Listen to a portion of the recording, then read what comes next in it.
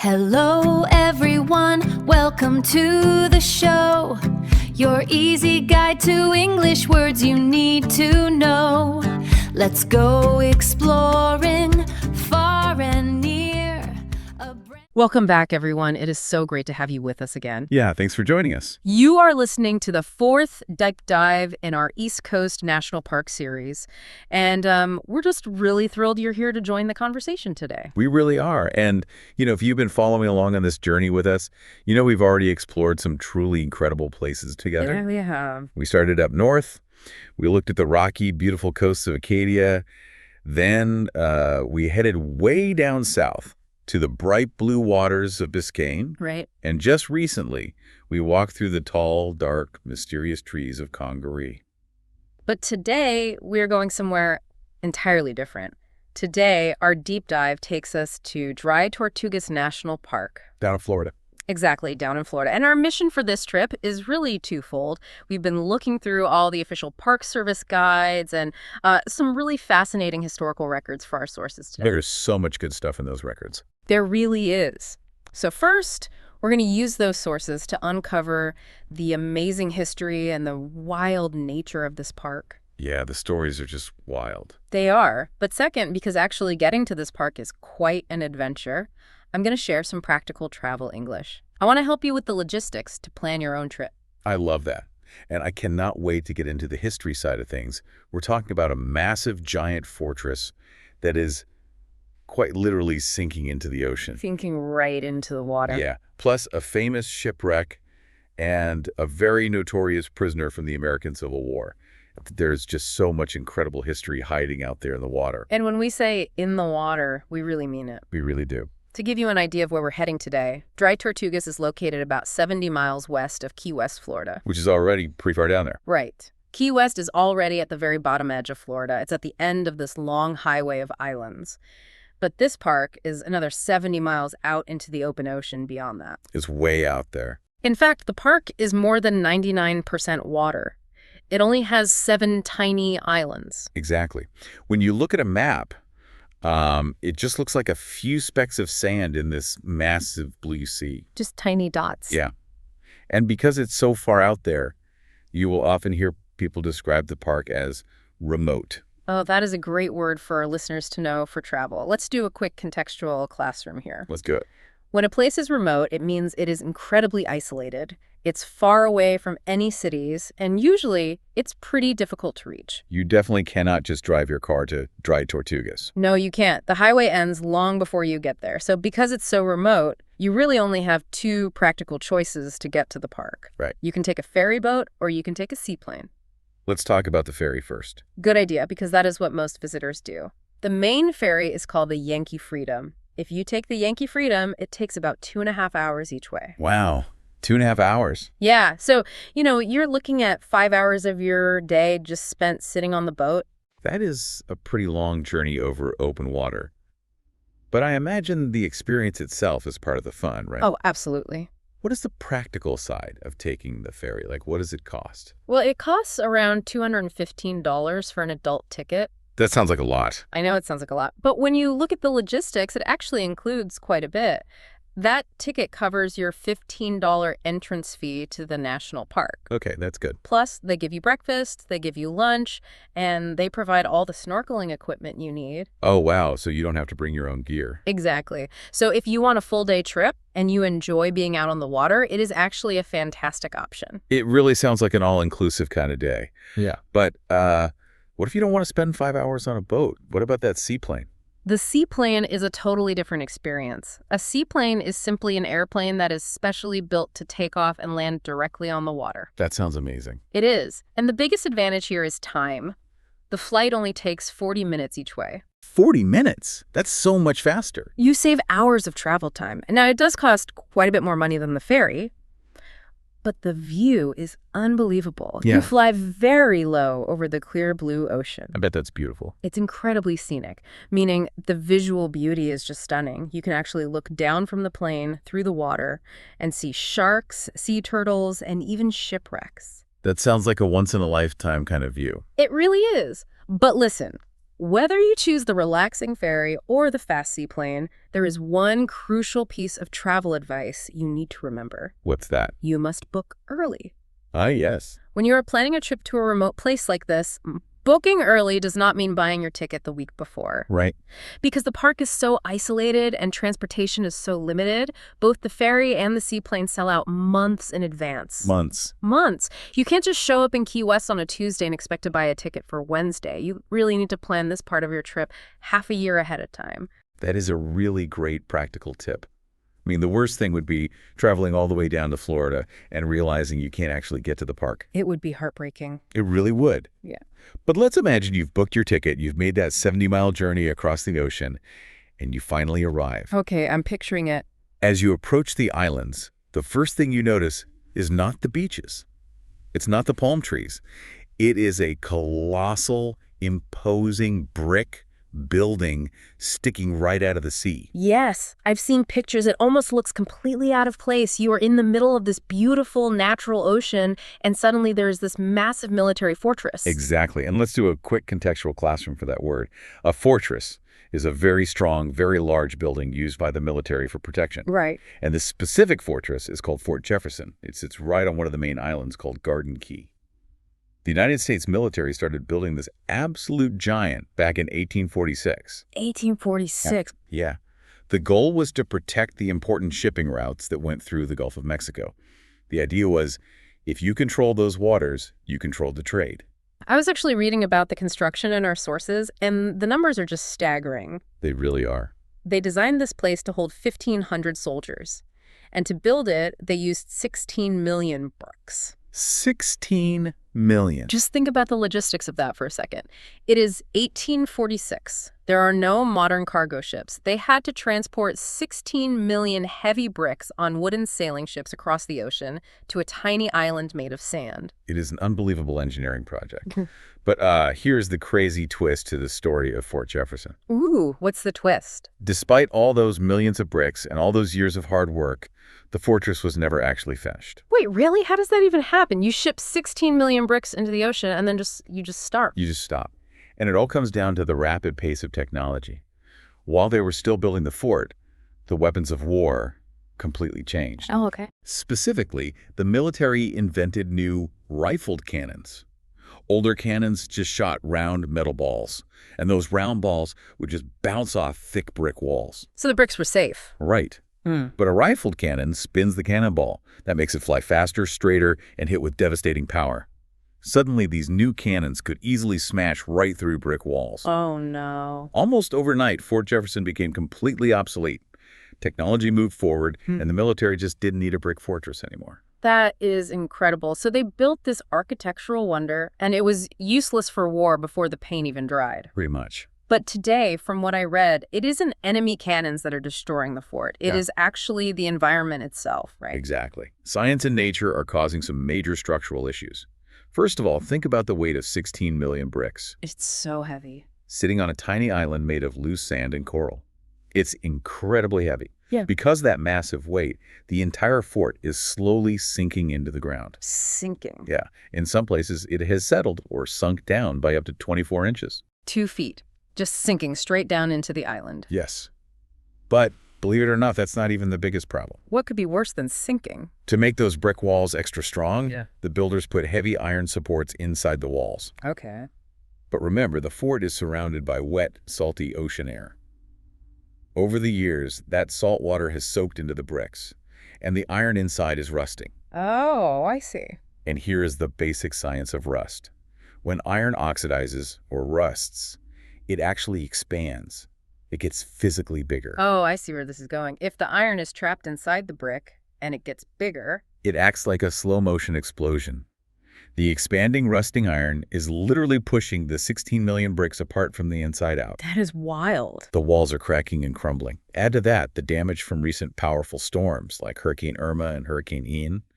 Those storms really battered the walls of the moat. And the moat is the deep water trench that completely surrounds the outside of the fort, right? Yes, exactly. Well, because of all this crumbling brick and storm damage, there is a very practical travel rule you need to follow here. You must obey the safety signs. Very important. When you are walking around Fort Jefferson, you might see signs that say an area is closed. Don't ignore them. Those signs are there because a heavy brick could literally fall from the ceiling. Safety first, always. Now, even though Fort Jefferson was never fully used for the wars it was designed for, it did serve another very important purpose. What was that? During and after the American Civil War, the government used it as a remote military prison, and it held a very famous prisoner named Dr. Samuel Mudd. Now, a doctor ending up in a military prison in the middle of the ocean sounds like a movie plot. How did Dr. Mudd get sent to dry Tortugas? His story is directly tied to one of the most famous events in American history. Dr. Mudd was sentenced to life in prison because he provided medical help to a man named John Wilkes Booth. Wait, John Wilkes Booth? Yes. Booth is the man who assassinated United States President Abraham Lincoln in 1865. Wow. Right after Booth shot the president, he jumped down onto a stage and broke his leg. As he was running away from the authorities, he showed up at Dr. Mudd's house. And the doctor helped him. Dr. Mudd fixed the broken leg. Yeah. Because he helped the assassin, the government arrested Dr. Mudd. They convicted him and they shipped him as far away as possible, right to Fort Jefferson. And his life there sounded absolutely miserable. You mentioned earlier that he was kept in a casemate. Yes, a casemate. For those planning a visit, a casemate is a specific architectural term. Let's define it. It's basically a dark, thick room built deep inside the outer wall of the fort. Right. It's where they originally planned to put the heavy cannons. And living inside one of those brick casemates on the bottom level was just torture. Dr. Mudd lived there for nearly 3 years. 3 years in a dark room. It was dark, it was freezing in the winter, and suffocatingly hot in the summer. In letters he wrote to his wife, he described how the thick brick ceiling constantly leaked ocean water. That sounds awful. He said they had to carry 10 or 12 heavy buckets of water out of the room every single day just to keep it from flooding. That is a grim existence. Yeah. But he didn't die there, did he? I read he had quite a turnaround. He did. He experienced an incredible, heroic turnaround. In 1867, a horrific outbreak of yellow fever hit the island. Oh, no. Yellow fever is a deadly virus spread by mosquitoes. And in a crowded, wet prison, it spread like wildfire. Soldiers and prisoners were dying. Even the official prison doctor caught the fever and died. So with no official doctor left, did Dr. Mudd step in? Exactly. Despite being a prisoner who was treated terribly, Dr. Mudd stepped up. He used his medical expertise to organize the hospital. He separated the sick from the healthy, and he treated the patients. Wow. He worked tirelessly and ended up saving many, many lives. And because of his incredible bravery and service during the epidemic, the new president of the United States granted him a full pardon in 1869. A pardon, meaning the government officially forgave his crime and let him go home. That is a wild piece of history to think about while you're walking through those dark brick hallways. It really changes how you look at the fort. But, you know, as amazing as the history is above the ground, we have to talk about what's waiting for you under the water. Oh, absolutely. Dry Tortugas is world famous for its snorkeling. Yes, let's talk about that word. If you are looking at travel brochures, you will see the word snorkeling everywhere. Let's define it for our listeners. Snorkeling is simply swimming along the surface of the water with a special breathing tube in your mouth. You wear a mask over your eyes so you can float face down and watch the underwater world. It's so peaceful. It is. And one of the most incredible things you can snorkel around here is a famous shipwreck called the Windjammer Wreck. Ah, yes. Let's do a quick definition for shipwreck, too. A shipwreck is simply a broken ship that sank to the bottom of the ocean. Perfect. And the story of the Windjammer is fascinating. The ship's actual name was the Avanti. It was a massive, beautiful sailing ship.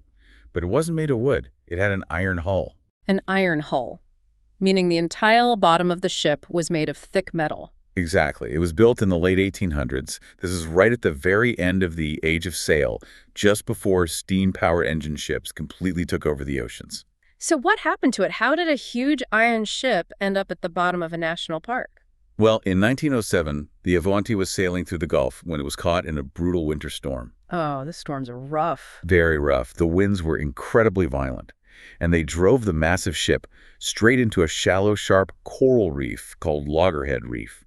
The coral ripped right into the iron, and the ship sank very quickly. Wow. But you know, the tragedy of 1907 is actually a marvel for visitors today. It really is. Because the water at Loggerhead Reef is so shallow, you can literally put on your snorkel, swim out, and float right over the top of this massive iron ship. It is an incredible sight.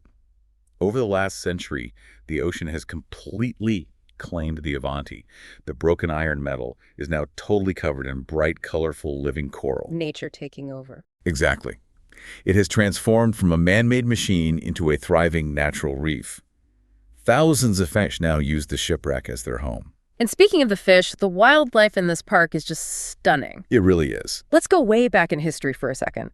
In 1513, the famous Spanish explorer Ponce de Leon sailed through these exact waters. 1513, that's a long time ago. He looked around at the islands and named the area Las Tortugas. In Spanish, that translates directly to the turtles. And he needed that for a very practical reason. Back in 1513, if you were sailing across the ocean, you needed fresh food.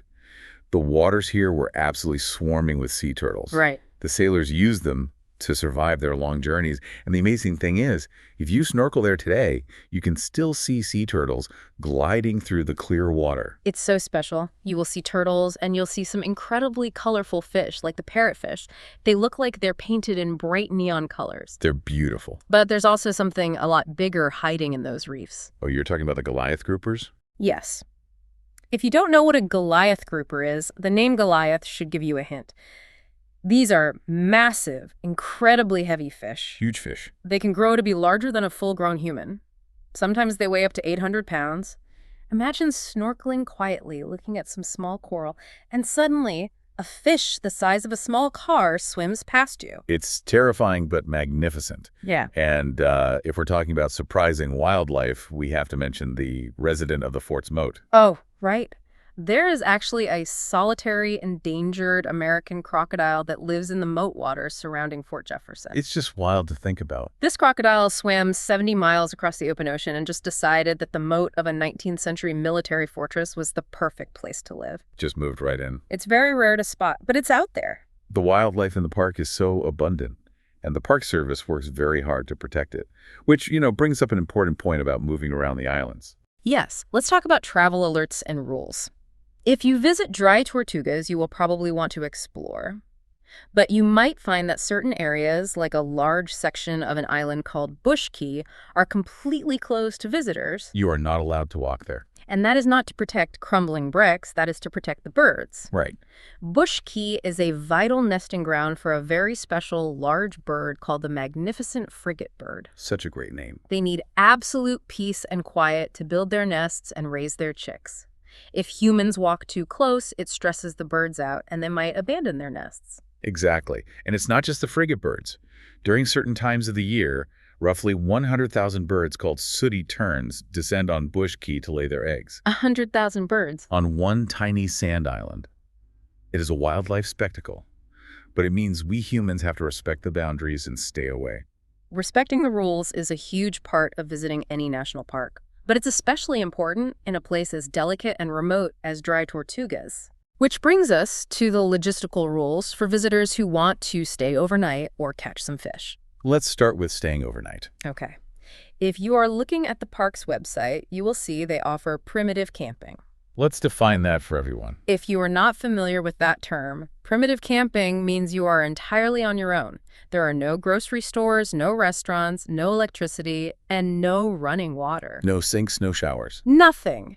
You must physically bring every single thing you need to survive. That includes all of your food and, most importantly, all of your drinking water. It is definitely not a luxury hotel experience.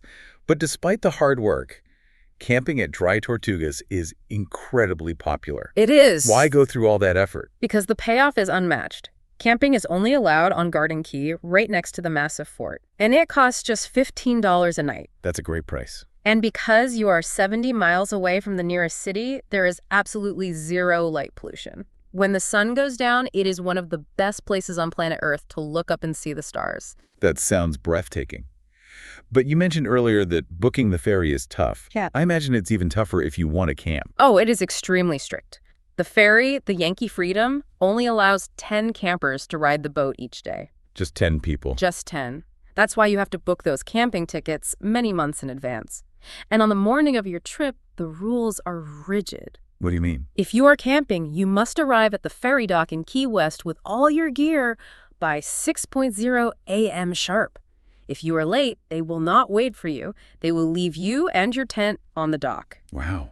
And what about when you're actually on the island? If there's no running water and no trash cans, what do you do with your garbage? You follow the golden rule of remote parks. Carry in, carry out. Oh, yes. This means whatever you bring onto the island, you must carry back off the island with you. When you check in, the park staff will hand you special heavy-duty gray bags. You put all your food wrappers, empty water bottles, and trash into those gray bags, and you must carry them back onto the ferry when you leave. It's the only way to keep the island pristine. It makes perfect sense. Are there any rules about noise? I'd imagine sound travels pretty far on a quiet island. Yes, the part enforces strict quiet hours from 10:00 p.m. to 6:00 a.m. People travel from all over the world to experience the peaceful, remote nature of the park. So during those hours, no loud music, no shouting. Just the sound of the wind and the ocean. Exactly. Okay, so that covers sleeping and eating. What about fishing? Florida is famous for its fishing culture. Fishing is definitely a big draw, but again, there are very specific regulations. You are allowed to fish in about 54% of the park's waters. Okay, a good amount. You can even cast a line right off the main ferry dock on Garden Key. However, fishing is strictly banned, meaning 100% illegal in what they call the research natural area. And for good reason. A research natural area is essentially an underwater nursery. A nursery for fish. Right. It's a specially protected zone where baby coral and baby fish can grow up safely without human interference. By banning fishing in that specific area, the park allows the fish populations to explode. Which is great. Yeah, which actually creates more fish for the entire ocean ecosystem. It is a great conservation strategy. But even in the areas where you are allowed to fish, you need to be prepared. First, you must have a valid Florida fishing license. Always check your licenses. Second, spearfishing, which is using a spear gun to shoot fish underwater, is completely banned everywhere in the park. Got it. And finally, if you are using a traditional fishing rod, you are required to use a specific type of hook called a circle hook. You cannot use the standard J-shaped hooks. Why the specific rule about the shape of the fishing hook? It's all about protecting the fish if you plan to release them. A traditional J-hook often gets swallowed deep into the fish's stomach. That can kill it when you pull it out. Oh, that makes sense. A circle hook is designed to slide out of the stomach and only catch the fish on the very edge of its lip. It's much safer for the fish and makes it easy to release them back into the water unharmed. It is fascinating how every single rule, from the gray trash bags to the shape of the fishing hook, is designed to protect this fragile environment. It really is. We have really covered a massive amount of ground and water today. We really have. Let's do a quick summary for everyone listening. Good idea. We talked about the logistics of crossing 70 miles of ocean by ferry or seaplane. We explored the unbelievable history of 16 million bricks sinking into the sand at Fort Jefferson. Such a crazy story. We dove underwater to see how an iron shipwreck became a living coral reef. And we covered the practical rules for camping under the stars and fishing responsibly. It is a truly unique place, but before we sign off, I want to leave you with a fascinating paradox to think about. Oh, I love a good historical paradox. What is it? First, a paradox is a situation that seems incredibly strange because it involves two facts that completely contradict each other. Okay, I'm ready. Think about the profound irony of this entire park. Back in the 1800s, humans spent massive amounts of money and labor to build Fort Jefferson. Millions of bricks. Right. It was a pinnacle of human engineering, built specifically to protect wooden ships from enemy attacks. But it failed. It was never finished, its weapons became obsolete, and the massive brick walls were abandoned to sink into the sand. Right. The human engineering project was a failure. Exactly. But meanwhile, beneath the water, nature was building its own architecture. The delicate coral reefs. The natural reef. Yes. In 1935, dry Tortugas was actually protected as a national monument specifically to save these beautiful, fragile reefs from being destroyed. Okay. But here's the paradox. The fortress built to protect ships failed, but the delicate natural reefs they wanted to protect were incredibly deadly. It was the fragile coral reef that effortlessly ripped open and destroyed massive iron-hulled ships like the Avanti. Wow. So human engineering tried to protect the ships and failed. But the delicate nature we try to protect is what actually sank the ships. Precisely. I want you to ponder that the next time you look at a photograph of the park, what does that say about the sheer unstoppable power of nature versus our best attempts at human engineering? Nature is powerful. In the end, the ocean always wins. That is an incredibly deep thought to end on and a perfect way to wrap up our journey. I agree. Thank you so much for joining us on this deep dive into the beautiful, remote waters of Dry Tortugas National Park. We hope you enjoyed the history, the science, and the practical travel English tips. It was an absolute pleasure sharing the stories of this wild and wonderful place with you. Keep practicing, keep exploring, and keep looking for the history hidden all around you. We warmly invite you to join us next time as we continue our adventure. Until then, stay curious and safe travels.